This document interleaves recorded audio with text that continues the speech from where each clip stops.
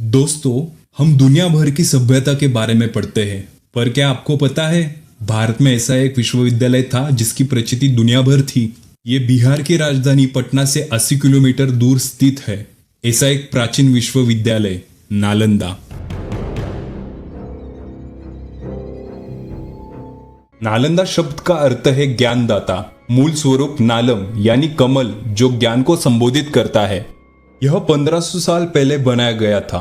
इतिहासकारों के अनुसार नालंदा विश्वविद्यालय की स्थापना 6वीं शताब्दी में गुप्त वंश के पराक्रमी सम्राट शंकरादित्य ने की थी। तब यहाँ पर गुप्त राजवंश का शासन था। यहाँ पर 10,000 से अधिक छात्र थे और दुनिया भर की विद्या शाखाएं थी। यहाँ जो छात्र शिक्षा ग्रहण करने के लिए आते थे, उन्हें द्वार पर प्रवेश परीक्षा देनी पड़ती थी, जो कि बहुत कठिन थी। यहाँ के छात्रों का खर्च यहाँ के राजा करते थे। इस बात से ये समझ में आता है कि 1500 साल पहले शिक्षा का महत्व कितना था। उन राजाओं को ये बात पता थी कि देश का भविष्य शिक्षा के माध्यम से ही आगे बढ़ेगा। जब नालंदा विश्वविद्यालय अपने समय में शिखर पर था, तब Japan, China, Korea, Bhutan, Sri Lanka, Indonesia ऐसे पूरे विश्व से यहाँ विद्यार्थी ज्ञान पाने के लिए आते थे।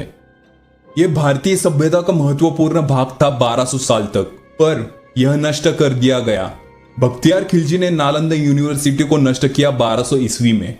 उसने कई बुद्धिस्ट गुरुओं को जिंदा जलाया और बुद्धिस्ट परंपराओं को भारत से नष्ट किया। और यह नुकसान इतना विशाल था कि भारत ही नहीं बल्कि पूरे विश्व में इस कारण हानि हुई है और हमें कई दशक पीछे ले गया।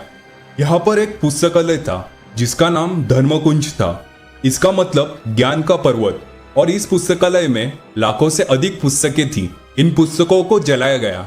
लगभग 3 महीनों से अधिक समय तक ये पुस्तकालय जलता रहा और यह सभी पुस्तकें हाथों से लिखी गई थी। इन पुस्तकों में धर्म, साहित्य, खगोल, औषध, मानवशास्त्र ऐसे कई विषयों का निरीक्षण किया गया था। नालंदा सबूत है कि हमारे भारत का ज्ञान कितना महत्वपूर्ण है। इन आक्रांताओं के कारण यह ज्ञान का अनमोल खजाना था जो नष्ट हो गया। ये सभी बातें जब चाइनीज मोंग ह्यूनसंग भारत आए थे, तब उन्होंने ये लिखा था कि नालंदा जैसा विकसित विश्वविद्यालय कितना गौरवशाली है। जब पाश्चात्य देशों में ये कल्पना तक नहीं थी, तब भारत में नालंदा जैसे विश्वविद्यालय थे। ये बात को हम मना नहीं कर सकते कि ये समय का बहुत विकसित ज्ञान था पूरे विश्व में।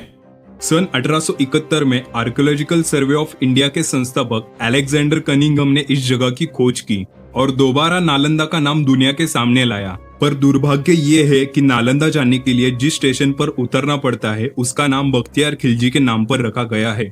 तो इस गलती को सुधारने के लिए इस वीडियो को जरूर शेयर करिए।